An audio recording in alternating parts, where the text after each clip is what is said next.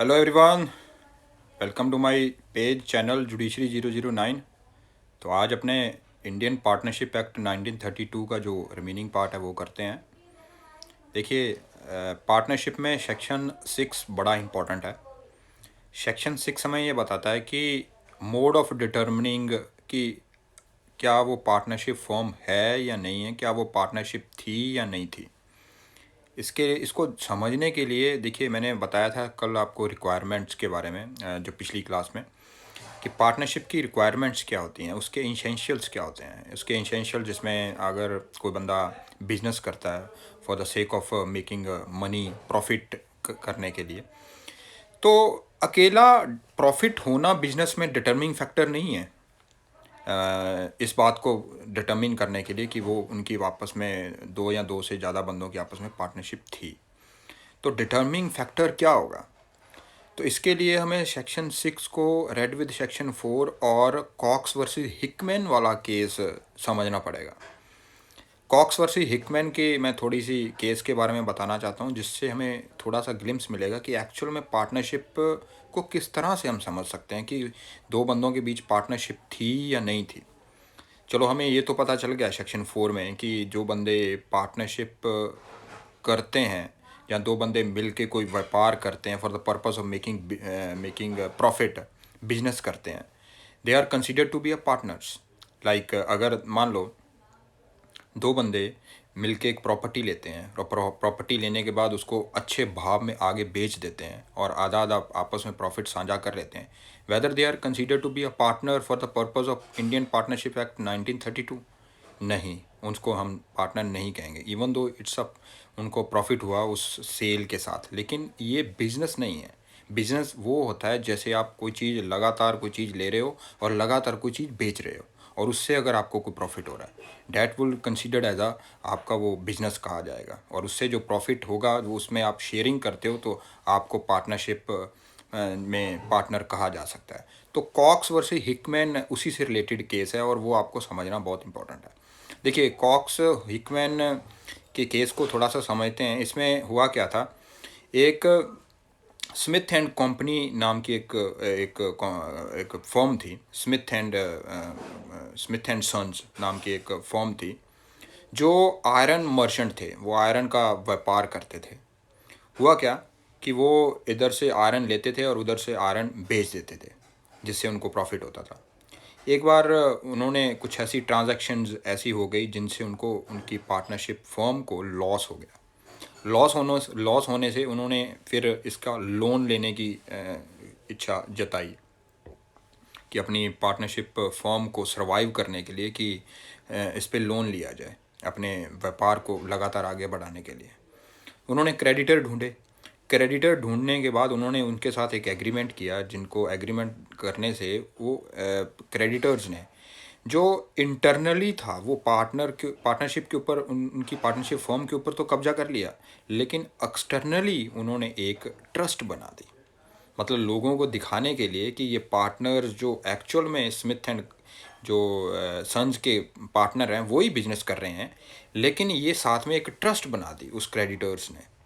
Trust क्या बना दी कि उसमें 5 ट्रस्टीज रहेंगे जो बिजनेस ट्रांजैक्शन को होल्ड करेंगे, बिजनेस ट्रांजैक्शन इस पार्टनरशिप फर्म के नाम के ऊपर करेंगे और सारा बिजनेस वो करेंगे।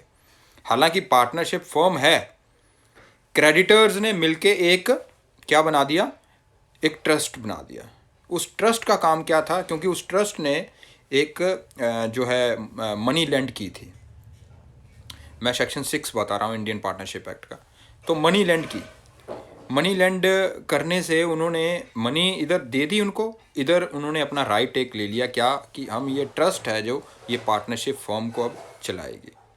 अब पार्टनरशिप फर्म को जो ट्रस्ट चला रही थी उसमें 5 बंदे थे, जिसमें एक का नाम था मिस्टर कॉक्स और एक का नाम था मिस्टर वीट क्रॉफ्ट। जो ये दो बंदे ऐसे थे ट्रस्ट में जो आगे बढ़कर सारा व्यापार उस पार्टनरशिप फर्म के आधार पे ऊपर करते थे। इसके बाद क्या हुआ, इस जो ट्रस्ट इसलिए बनाई गई थी क्योंकि ये ट्रांजैक्शन जो मनी ट्रांजैक्शन है और आपस में सारे पार्टनर्स को बराबर का पैसा मिले और बिजनेस अच्छे तरीके से चले, इसलिए ये ट्रस्ट बनाई गई थी।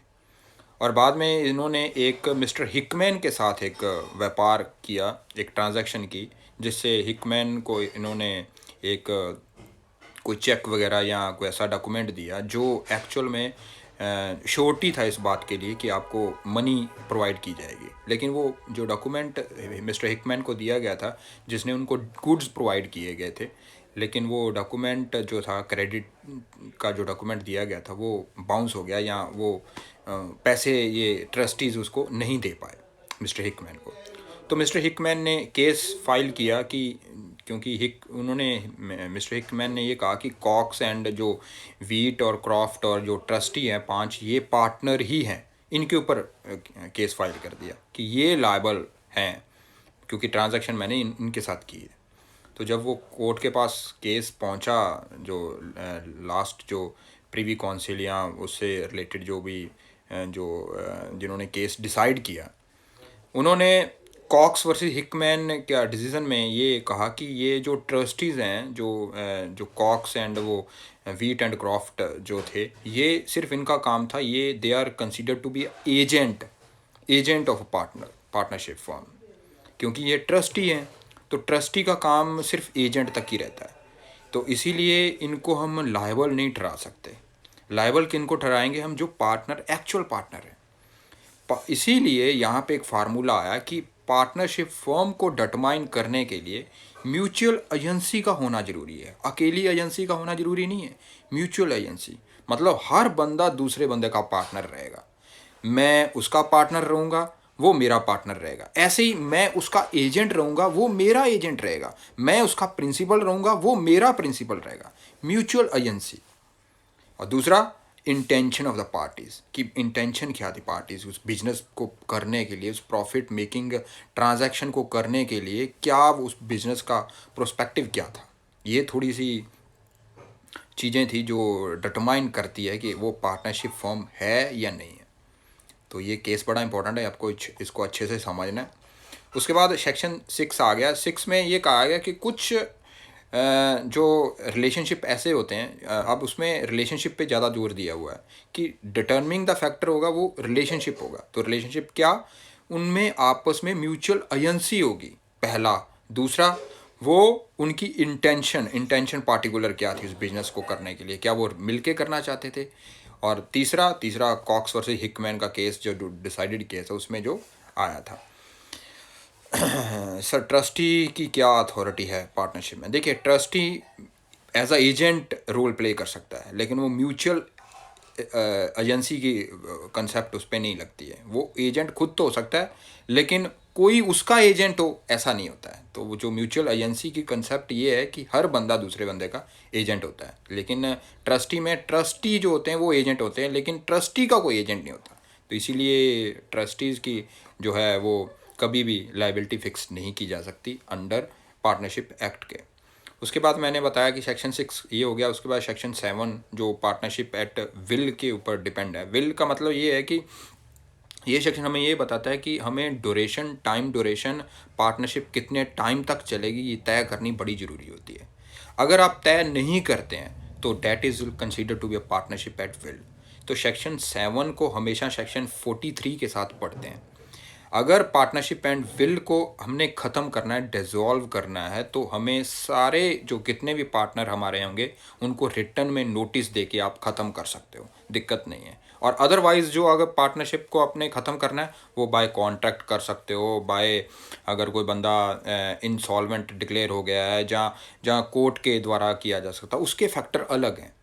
तो हमें सेक्शन 7 को 43 के साथ पढ़ना है पहले, कि आपने नोटिस देना है सबको और अपनी इंटेंशन बतानी है, और आपका काम हो गया, आप पार्टनरशिप डिसॉल्व हो गए। दूसरा दूसरा ये है कि आप पार्टनरशिप को ख़त्म करने के लिए किस तरह से कर सकते हो कि आपने जो नोटिस दिया है किस डेट से वो डेजोल्यूशन मानी जाएगी। वो उस डेट से मानी जाएगी जिस डेट जो आपने उस नोटिस पे ऊपर लिख दी कि भाई साहब इस डेट से मैं इसका पार्टनर नहीं हूँ, तो उस दिन से वो डिसॉल्व हो जाएगी। दूसरा, अगर मान लीजिए आप उसमें डेट नहीं लिखते हो तो जो कम्युनिकेशन जिस दिन से वो नोटिस का हो गया उस दिन से वो डेजोल्यूशन मानी जाएगी। तो इस तरह से दो फार्मूले इसके लगते हैं।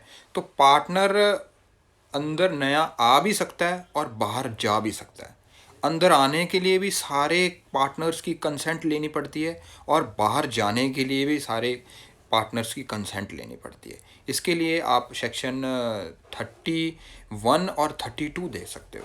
कई बार ऐसी सिचुएशन भी आ जाती है कि एक पार्टनर को एक्सपेल भी करना पड़ सकता है, उसके लिए आप सेक्शन 32 दे सकते हो। एक्सपेल करने के लिए आप ये नहीं कि सारे मिलके एक को एक्सपेल कर सकते हैं, ऐसा नहीं है। अगर कोई कॉन्ट्रैक्ट आपने ऐसा कर रखा है जो कॉन्ट्रैक्ट आपको पावर देता है कि आप मिलके एक बंदे को एक्सपेल कर सकते हो तो हो सकता है, अदरवाइज सारे मिलके एक बंदे को एक्सपेल नहीं कर सकते हैं। सेक्शन 32 इसी सेक्शन 33 इसी बात की बात करता है।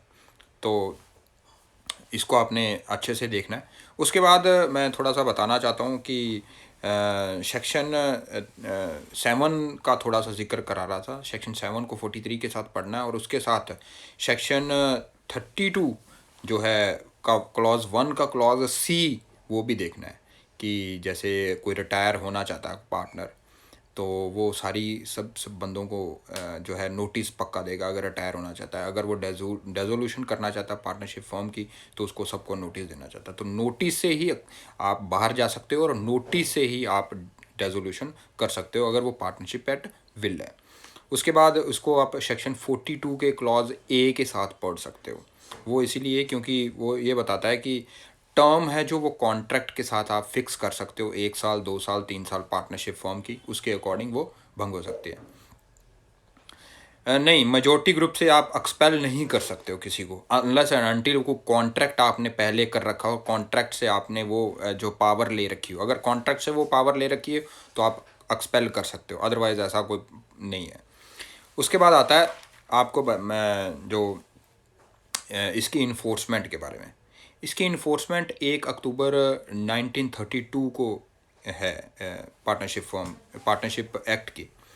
और इसमें जो सेक्शन 69 है जो ये कहता है कि अगर आपने पार्टनरशिप फर्म को रजिस्टर्ड नहीं करा रखा तो उसके कॉन्सिक्वेंसेस क्या निकलेंगे, तो वो उसके लिए सेक्शन 69 है जो ये बताता है। लेकिन ये साल इसकी इन्फोर्समेंट पे थोड़ा सा डिफरेंट डेट है, क्योंकि अगर पार्टनरशिप पूरा एक्ट देखोगे तो वो 1 अक्टूबर 1932 को इन्फोर्स में हुआ, लेकिन सेक्शन 69 1 अक्टूबर 1933 में इन्फोर्स में आया। ऐसा क्यों, 1 साल बीच में गैप क्यों डाला? क्योंकि हमने जो इंग्लिश पार्टनरशिप एक्ट 1840 जो है वहाँ से उठाया है, 1890 से उठाया है। तो वहाँ पे जो इंग्लिश लॉ ये कहता है कि पार्टनरशिप फर्म होती है वो हमेशा रजिस्टर्ड होगी। अगर वो रजिस्टर्ड नहीं होती है तो उसके कॉन्सिक्वेंसेस जो है हमारे जो इंडियन पार्टनरशिप एक्ट से डिफरेंट रहते हैं। वहाँ पे आपकी लाइबिलिटी अलग से फिक्स की जाती है, लेकिन यहाँ पे नहीं है। तो इसीलिए वो साल टाइम इसीलिए दिया गया क्योंकि हमारे बिजनेस ट्रांजैक्शन इतने बड़े नहीं थे जिस तरह से इंग्लैंड में थे। तो हमारे बिजनेस ट्रांजैक्शन इसके ना बड़े होने के कारण आपको 1 साल का टाइम दिया गया कि जिन्होंने पार्टनरशिप फॉर्म बना रखी है वो इसको रजिस्टर्ड 1 साल में करवा लें। अब फिर भी 69 ये कहता है कि आप ऑप्शनल है, आप रजिस्टर्ड कराने की ज़रूरत नहीं है। तो सबसे पहले पार्टनरशिप एक्ट में राइट्स की बात होती है, ड्यूटीज़ की बात होती है, लाइबिलिटीज़ की बात होती है। अब देखिए, अगर हम राइट्स की बात करें कि पार्टनर्स के क्या क्या राइट रहेंगे, तो उसके लिए आप सेक्शन 12 देख सकते हो, सेक्शन 13 देख सकते हो, सेक्शन 12 का क्लॉज ए देख सकते हो, क्लॉज सी देख सकते हो, क्लॉज डी से देख सकते हो। ऐसे ही सेक्शन 13 का क्लॉज जो है वो बी देख सकते हो, सेक्शन 13 का क्लॉज ई देख सकते हो। ये हमेशा उसके राइट्स के डील करेंगे, पार्टनर्स के राइट के डील करेंगे। सेक्शन 12 क्या कहता है? सेक्शन 12 का क्लॉज जो ए राइट की बात करता है वो क्या कहता है कि हर पार्टनर जो है वो जो पार्टनर के जो कंडक्ट ऑफ बिजनेस में पार्ट ले सकता है, ये उसका राइट है। उसके बाद सेक्शन 12 का क्लॉज सी, हर पार्टनर अपना ओपिनियन दे सकता है। उसके बाद 12 का क्लॉज सी वो ये कहता है कि आप जो अकाउंट बुक्स हैं और बाकी सारी बुक्स हैं उसको इंस्पेक्ट कर सकते हो, उसको कॉपी कर सकते हो और उसका एक्सेस कर सकते हो, उसमें दिक्कत नहीं है। ऐसे ही सेक्शन 13 का क्लॉज बी बी क्या कहता है कि अगर आपने ऐसा कैपिटल दे रखी है तो उसके ऊपर आप इंटाइटल्ड हो इंटरेस्ट लेने के ऊपर ले सकते हो आप। और ऐसे ही 13 का क्लॉज ई क्या कहता है, वो ये कहता है कि अगर आपने कोई ऐसी ट्रांजैक्शन की है जिससे आपने जो है ऑर्डिनरी कोर्स ऑफ बिजनेस करते हुए और अपनी सहमति अपनी समझदारी से बिजनेस करते हुए कोई लाइबिलिटी इंकर्ड की है, अब फर्म आपको अडमनीफाइड करेगी। अडमनीफाइड का मतलब आपको वो क्षतिपूर्ति करेगी जो आपकी जिसमें नुकसान हुआ है, जो आपकी लाइबिलिटी है वो अब फर्म की लाइबिलिटी मानी जाएगी। तो अगर उस अब ये तो हो गया राइट्स की बात, राइट पार्टनर्स के राइट्स की बात। अब आ जाओ ड्यूटीज़ की बात, क्योंकि राइट के साथ ड्यूटीज़ आती हैं। तो ड्यूटीज़ अब देखिए सेक्शन 12 से लेके अगर सेक्शन 17 तक देखोगे तो वहाँ पे वर्ड दिया गया सब्जेक्ट टू कॉन्ट्रैक्ट।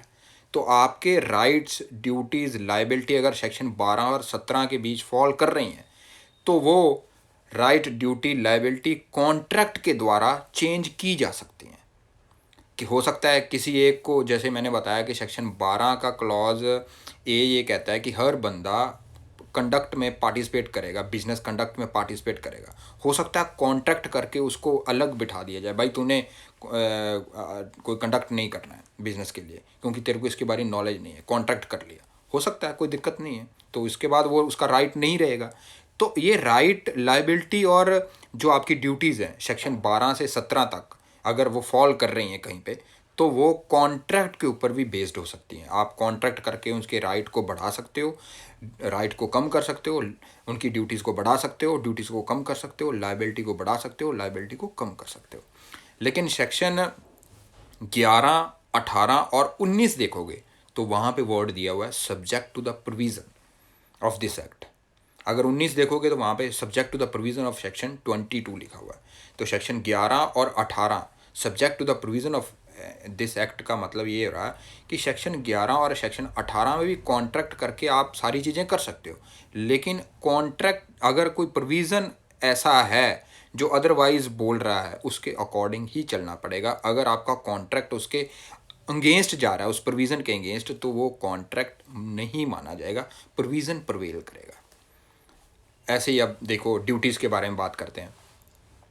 सेक्शन 9 है जो, वो जनरल ड्यूटीज़ की बात करता है। जनरल ड्यूटीज़ क्या हो जाती है? एक बनिया अगर बिजनेस करता है तो उसमें ड्यूटीज़ क्या रहती हैं? अगर 2, 3, 4 पार्टनर हैं उनमें, तो ये है कि एक तो वो ग्रेटेस्ट जो एडवांटेज से काम करेंगे और म्यूचुअल फेथ रखेंगे आपस में, और तीसरा जो है वो सारे बुक्स को इंस्पेक्ट करने का सबके ऊपर वो उनकी वो रहेगा, जो सारी ड्यूटी रहेगा। तो एक तो जो है जस्ट रहेंगे एक दूसरे के प्रति। अब सेक्शन 9 को एक बार हम देख लेते हैं। सेक्शन 9 ये कहता है कि एक तो जस्ट एंड फेथफुल रहेंगे और ग्रेटेस्ट कॉमन एडवांटेज के साथ काम करेंगे और ट्रू अकाउंट्स और फुल इंफॉर्मेशन देंगे बिजनेस करते हुए सारी चीज़ों के। अब ये तो हो गया जनरल ड्यूटीज़। अब आ जाओ स्पेसिफिक ड्यूटीज़ क्या रहेंगी। अब देखिए स्पेसिफिक ड्यूटी अगर सेक्शन 10 में देखोगे तो 10 में क्या है कि अगर आप फर्म के साथ फ्रॉड करते हो और फर्म को उससे घाटा होता है, कोई लॉस होता है, तो आपकी लाइबिलिटी बनती है, आप अडमनीफाई फर्म को करोगे। सेक्शन 10 को हमेशा सेक्शन 13 के साथ या सेक्शन 13 के साथ हमेशा पढ़ेंगे, उसके क्लॉज ई और क्लॉज एफ के साथ। ई में मैंने बताया कि ये पार्टनर का राइट होता है। क्या राइट होता है? अगर वो फर्म के लिए बिजनेस कर रहा है और फर्म को बचाते हुए वो अपनी लाइबिलिटी इंकर्ड करता है, ऐसे पैसे देता है फर्म की बेनिफिट के लिए, या ऐसे कोई बिजनेस ट्रांजैक्शन करता है जिससे लाइबिलिटी इंकर्ड हो रही है, तो फर्म उसको अडमनीफाई करेगी।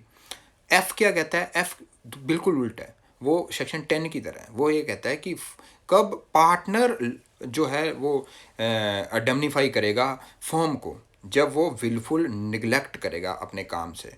विलफुल निगलेक्ट होने से जो है वो जो लाइबिलिटी फिक्स हो रही है, लाइबिलिटी लॉस हो रहा है फर्म को, फर्म अगर लॉस फर्म को हो रहा है तो वो पार्टिकुलर पार्टनर है वो अडमनीफाई करेगा फर्म को।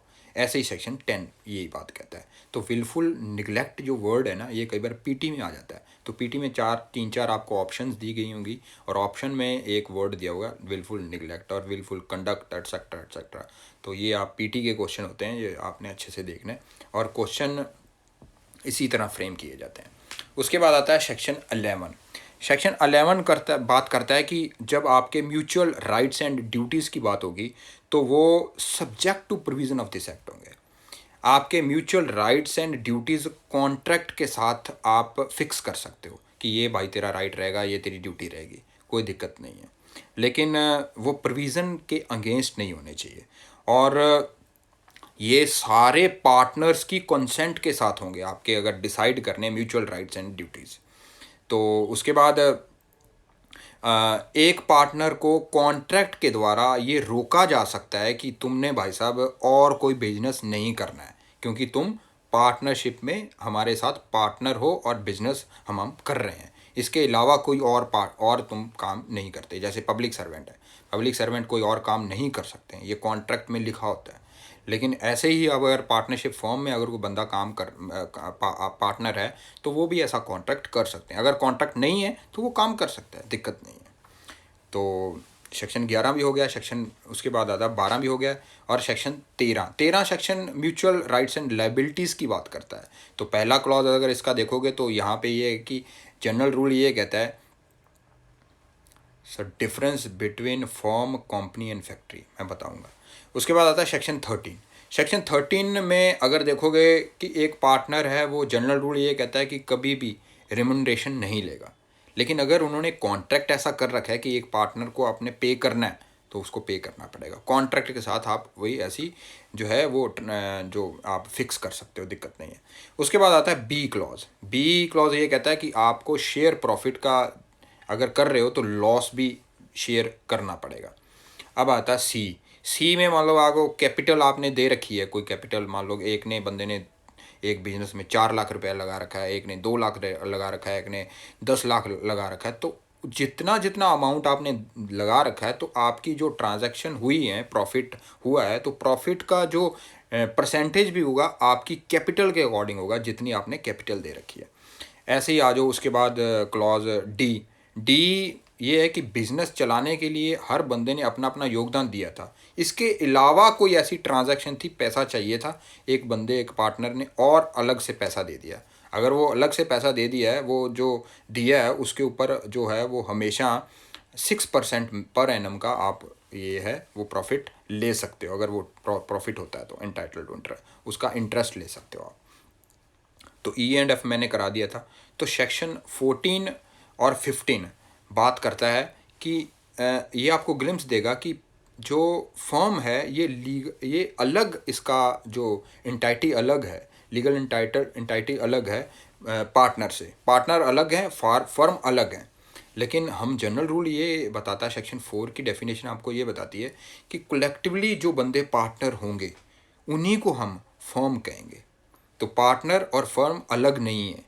लेकिन सेक्शन 14 और 15 हमें थोड़ा ग्लिम्स देते हैं कि पार्टनर और फर्म अलग अलग हैं। क्यों? सेक्शन 14 अगर बात कर देखोगे तो सेक्शन 14 ये कहता है कि जो भी प्रॉपर्टी आपने बिजनेस के स्टॉक में डाल दी है, जो फर्म के स्टॉक में डाल दी है, उसका प्रॉपर्टी में, उसका प्रॉपर्टी एक्चुअल प्रॉपर्टी हो सकता है, इंटरेस्ट ऑफ प्रॉपर्टी हो सकता है, और जो उसके राइट्स हो सकते हैं उस प्रॉपर्टी के, अगर वो सारे प्रॉपर्टी की डेफिनेशन में आ रहे हैं तो वो सारी चीज़ें, वो अगर आपने परचेज़ की है प्रॉपर्टी या अक्वायर्ड की है for the purpose of business, और वो फर्म के स्टॉक में रख दी गई थी, तो वो फर्म की प्रॉपर्टी मानी जाएगी।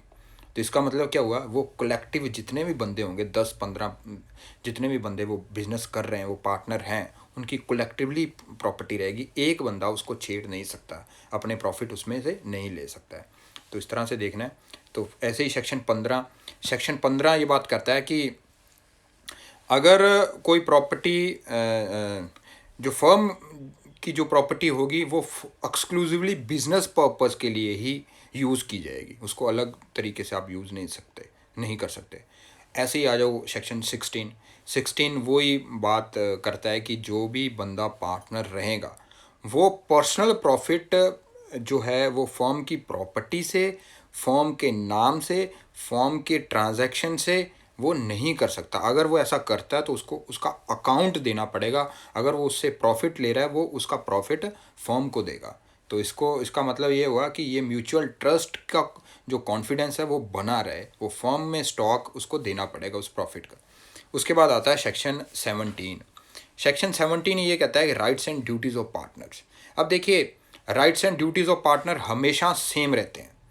पार्टनर नया आ गया, जो भी पहले वाला पार्टनर था वो बाहर चला गया, कोई एक ड्यूरेशन फिक्स की थी, वो ड्यूरेशन ख़त्म हो गई है, ख़त्म होने से आपने पहले एक कॉन्ट्रैक्ट और कर लिया कि ये हम इसको और आगे बढ़ाएंगे पार्टनरशिप को, तो जो जो बंदे नए आते जाएंगे, जो जो बंदे जाते रहेंगे, उनमें जो म्यूचुअल जो आपके जो राइट्स एंड ड्यूटीज़ रहेंगी वो हमेशा सेम रहेंगी, वो वैसे ही रहेंगी जो जनरल रूल्स एप्लीकेबल होंगे। चाहे वो अंडरटेकिंग आपकी अलग थी, अब अलग हो गई है, आपने पहले जो काम करना था वो और था, अब उसका नेचर बिजनेस चेंज हो गया, फिर भी बंदे नए आते गए, पुराने जाते गए, तो वो सारे जो म्यूचुअल राइट्स एंड ड्यूटीज़ है वो सेम रहेंगी, दिक्कत नहीं है। तो ये जनरल सा जो है सेक्शन है। उसके बाद आता है सेक्शन 18। देखिए 18 ये बात कहता है कि हर पार्टनर एजेंट होगा for the purpose of business of the firm. तो एजेंट किसके रिगार्डिंग? थर्ड पर्सन के रिगार्डिंग।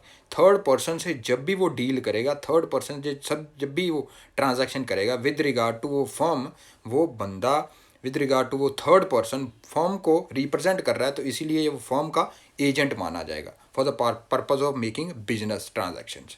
तो इस तरह से देखना आपको। उसके बाद आता है सेक्शन 19। 19 ये बताता है कि आपकी इम्प्लाइड अथॉरिटी क्या रहेगी एजेंट की। इम्प्लाइड अथॉरिटी ये कहता है कि अगर आप यूजुअल वे में बिजनेस कर रहे हो तो आपकी इम्प्लाइड अथॉरिटी जो है वो सब्जेक्ट टू सेक्शन 22 चलते हुए आपको देखनी पड़ेगी। तो इम्प्लाइड अथॉरिटी एक्सटेंड और एक्सक्लूड की जा सकती है। एक तो स्टैट्यूटरी प्रोविज़न इसके लिए जो है सेक्शन 19 का क्लॉज 2 डील करता है। एक कॉन्ट्रैक्चुअल जो है वो आप जो है उसमें भी आप देख सकते हो कि एक तो स्टैट्यूटरी रिस्ट्रिक्शन या स्टैट्यूटरी जो आपकी जो है पावर, जो आपकी इम्प्लाइड अथॉरिटी है वो उसको बढ़ा सकता है या कम कर सकता है, वो सेक्शन 19 का क्लॉज 2 कहता है। और सेक्शन 20 ये बात कहता है कि जो रिस्ट्रिक्शन जो आपकी जो है वो बाय कॉन्ट्रैक्ट किस तरह से आप उसकी आपकी इम्प्लाइड अथॉरिटी के ऊपर लगाए जा सकते हैं, या आपकी इम्प्लाइड अथॉरिटी को किस तरह से बढ़ाया जा सकता है बाय कॉन्ट्रैक्ट। तो मान लो इनमें दोनों में फ़र्क क्या है? देखिए अगर आप सेक्शन 19 का क्लॉज 2 देखोगे तो ये इम्प्लाइड अथॉरिटी जो है ये ए से लेके एच तक आपकी नहीं रहेगी। इम्प्लाइड अथॉरिटी में ये काम आप नहीं कर सकते हो क्योंकि ये स्टैट्यूटरी रिस्ट्रिक्शन लगी हुई है। क्यों, क्या क्या लगी हुई है? एक ये कि आप जो है फॉर्म का जो कोई सूट चल रहा था उसको आर्बिट्रेशन में नहीं ले जा सकते। दूसरा, उसका बैंक का जो अकाउंट है वो अपने नाम के ऊपर नहीं रख सकते। तो तीसरा, आप कॉम्प्रोमाइज़ सूट का नहीं कर सकते जो अदरवाइज फॉर्म का चल रहा है सूट कोई, और उसमें जो है रिलिंक्विश कोई क्लेम नहीं कर सकते। और डी आप विड्रॉल नहीं कर सकते सूट का।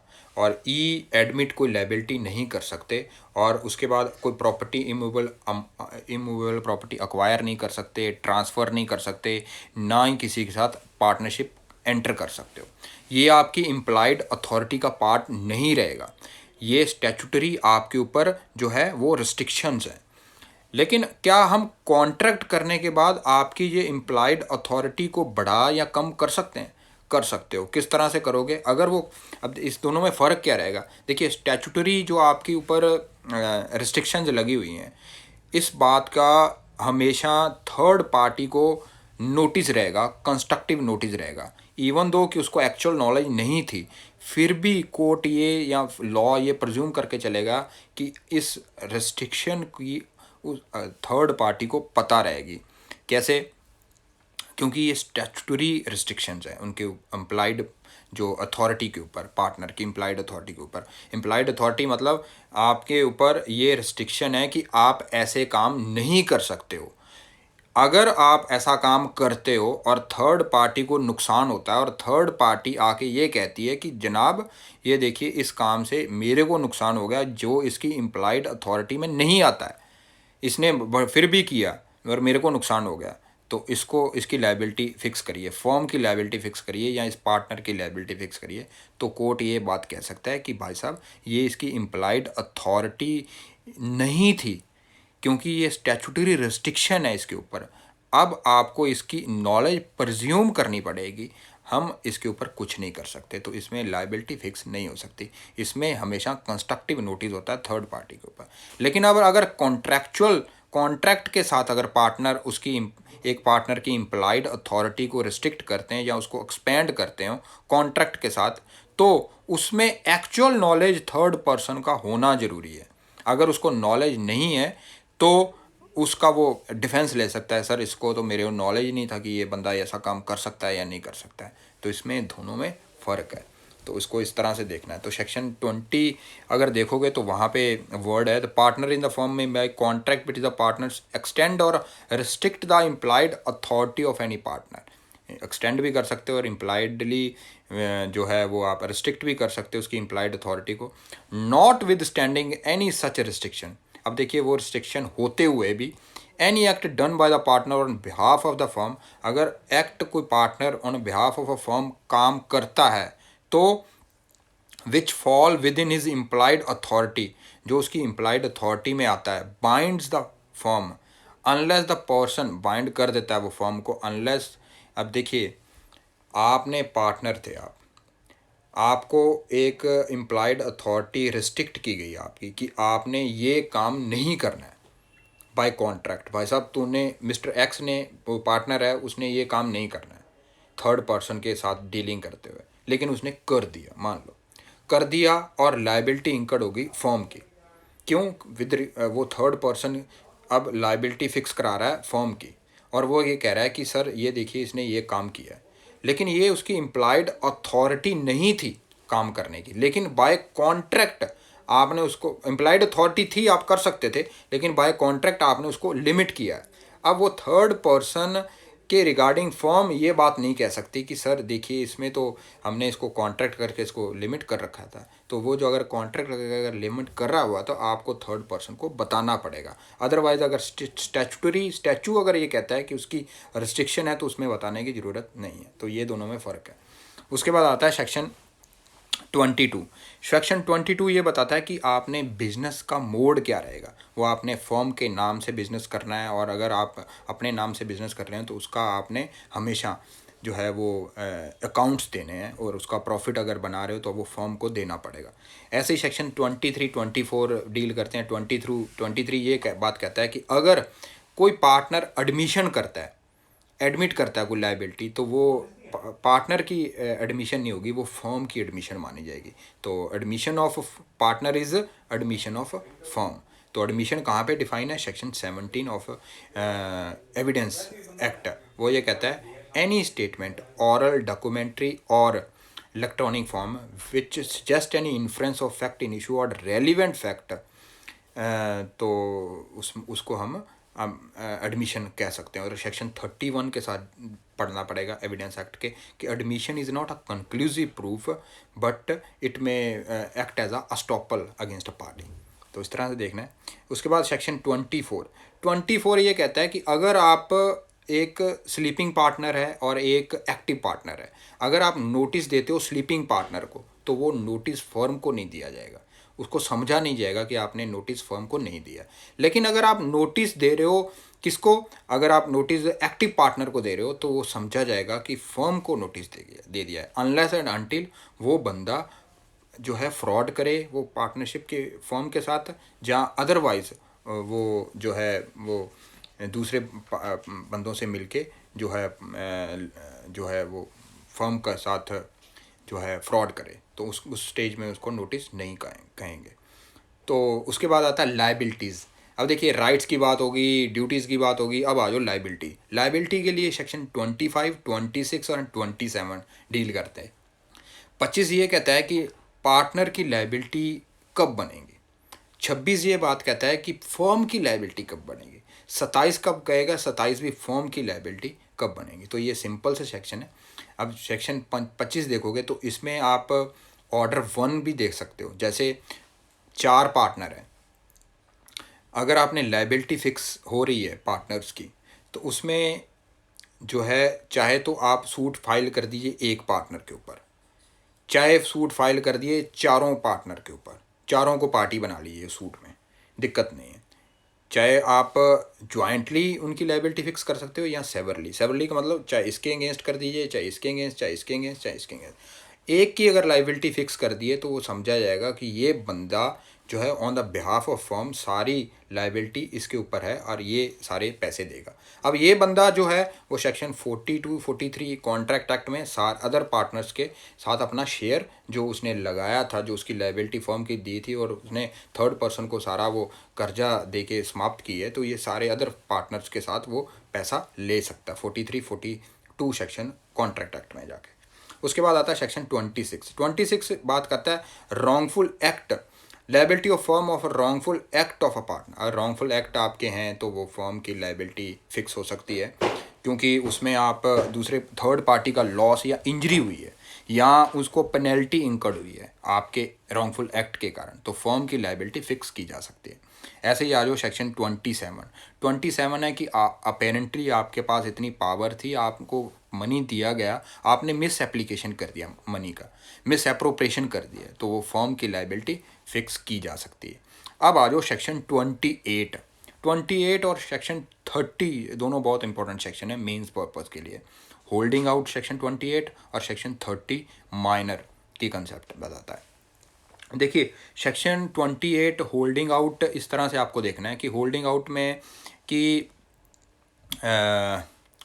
काफ़ी टाइम हो गया मेरे ख्याल में ये क्लास का, तो होल्डिंग आउट देखने के लिए आपको क्या देखना है कि पहले कोई आदमी उस एनी वन, अगर देखोगे तो इसमें वर्ड दिया हुआ है एनी वन क्या करता है बंदा, बाय वर्ड और बाय कंडक्ट। वर्ड रिटन में हो सकते हैं या ओरल में हो सकते हैं, और यहाँ कंडक्ट के साथ क्या करता है, रिप्रेजेंट हिमसेल्फ, अपने आप को रिप्रेजेंट करता है या परमिट करता है अगले बंदे को कि तू रिप्रेजेंट कर रहा है तो कोई दिक्कत नहीं है, और कंसेंट दे रहा है बाय कंडक्ट कि कर दे रिप्रेजेंट, कर दिया रिप्रेजेंट थर्ड बंदे को, क्या कि मैं इस फर्म का फलानी फर्म का पार्टनर हूँ, और इसके बिहाफ पे चलते हुए उस थर्ड पर्सन ने वो फर्म को क्रेडिट दे दिया, लोन दे दिया। तो वो लोन अगर दे दिया तो अब जो मैं चाहे तो उस पार्टनरशिप का फर्म का पार्टनर हूँ या नहीं हूँ इससे मतलब नहीं है, लेकिन मेरी liability as a partner fix हो सकती है, इसे कहते हैं होल्डिंग आउट। अब देखिए आपने रिप्रेजेंटेशन दे दी कि मैं पार्टनर हूँ इस फर्म का, आप लेकिन पार्टनर नहीं थे, और दूसरा आपने परमिट कर दिया कि भाई साहब आप रिप्रेजेंटेशन दे रहे हो कि मेरे को पार्टनर बना के पेश कर रहे हो दूसरे के सामने, और मैंने कंसेंट दे दी हाँ कर दो कोई बात नहीं, तो दोनों केसों में आपकी लायबिलिटी फिक्स हो सकती है as a partner be, even though you are not a partner. अब देखिए जिसके सामने जिसने क्रेडिट दिया है उसके पास आपका रिप्रेजेंटेशन पहुंचना ज़रूरी है, लेकिन उसकी आपकी प्रेजेंस में होना ज़रूरी नहीं है। तो अगर आप देखोगे कि अगर आपको पता भी नहीं है कि ये बंदा जो क्रेडिट दे रहा है फर्म को, मेरी रिप्रेजेंटेशन उसके पास पहुंची है या नहीं पहुंची, मेरे को नहीं पता है, लेकिन उसने उसके पास पहुंची थी और उसने क्रेडिट दे दिया, फिर भी आपकी लायबिलिटी फिक्स हो सकती है। तो इस तरह से आपने देखना है। तो उसके बाद आता है सेक्शन 29 में ये है कि आप पार्टनर थे एक फर्म के, और पार्टनर रहते हुए आपने अपना जो पार्ट था उसको सेल कर दिया या मॉर्टगेज कर दिया या उसके ऊपर चार्ज बना दिया। आप पार्टनर हो लेकिन पार्टनर रहते हुए आपने सेल किया अपना पार्ट को या कुछ पार्ट को, या मॉर्टगेज किया या चार्ज किया। अब जिसको बेचा आपने वो पार्ट, वो बंदा वो है जो क्योंकि वो उसको सेल कर दिया, वो उसके पास मॉर्टगेज पहुंच गई है या उसको चार्ज बना दिया गया है उस प्रॉपर्टी के ऊपर, तो वो बिजनेस ट्रांजैक्शन जो पार्टनर्स के बीच चल रही है उसमें वो पार्टिसिपेट नहीं कर सकता है, उसमें दखलंदाजी नहीं कर सकता है। लेकिन अगर वो पार्टनर जिसने वो चीज़ें बेची हैं, क्योंकि अभी तक वो पार्टनर है, पार्टनर अगर वो नहीं रहता है फिर अब वो सारी चीज़ों डेजोल्यूशन, क्योंकि पार्टनर नहीं रहा तो डेजोल्यूशन हो जाएगी, या वो पार्टनर नहीं रहता, अगर वो पार्टनरशिप बनी रहती है, फॉर्म बनी रहती है, फिर भी वो अपना सारा शेयर है वो ले सकता है, दिक्कत नहीं है। तो इस तरह से आपने देखना है। उसके बाद आता है सेक्शन 30 माइनर की कंसेप्ट, बड़ी इंपॉर्टेंट कंसेप्ट है। माइनर में देखना है सेक्शन 30 का क्लॉज 1 अगर देखोगे तो कंसेंट ऑफ ऑल पार्टनर्स, आप माइनर को for the benefit of admitted to the benefit of the partnership कर सकते हो, दिक्कत नहीं है। Even though he may not be a partner, minor कभी पार्टनर नहीं बन सकता है, लेकिन उसको एडमिट किया जा सकता है बेनिफिट के लिए। अब वो अकाउंट बुक को इंस्पेक्ट कर सकता है, एक्सेस कर सकता है, कॉपी कर सकता है, लेकिन बाकी पार्टनर किसी भी बुक को इंस्पेक्ट कर सकते हैं, किसी भी बुक को एक्सेस कर सकते हैं, लेकिन माइनर हमेशा अकाउंट वाली बुक को करेगा। उसके बाद वो शेयर ऑफ प्रॉफिट और शेयर ऑफ प्रॉपर्टी, उस शेयर उसको मिलेगा वो जो पार्टनर्स के बीच एग्रीड है वो ही मिलेगा। ऐसा नहीं है कि उसको उसका जो बराबर सबका पार्ट मिलेगा, ऐसा नहीं है। जो एग्री कर लिया पार्टनर्स ने जो उसको प्रॉपर्टी या शेयर देने का, माइनर को वो ही मिलेगा। उसके बाद माइनर का जो शेयर होगा वो लायबल होगा अगर कोई उस पार्टनरशिप फर्म को कोई जो लॉस होता है तो उस शेयर से भी वो पार्ट लिया जा सकता है, लेकिन वो पर्सनली लायबल नहीं रहेगा माइनर। बाकी पार्टनर पर्सनली लायबल रहते हैं।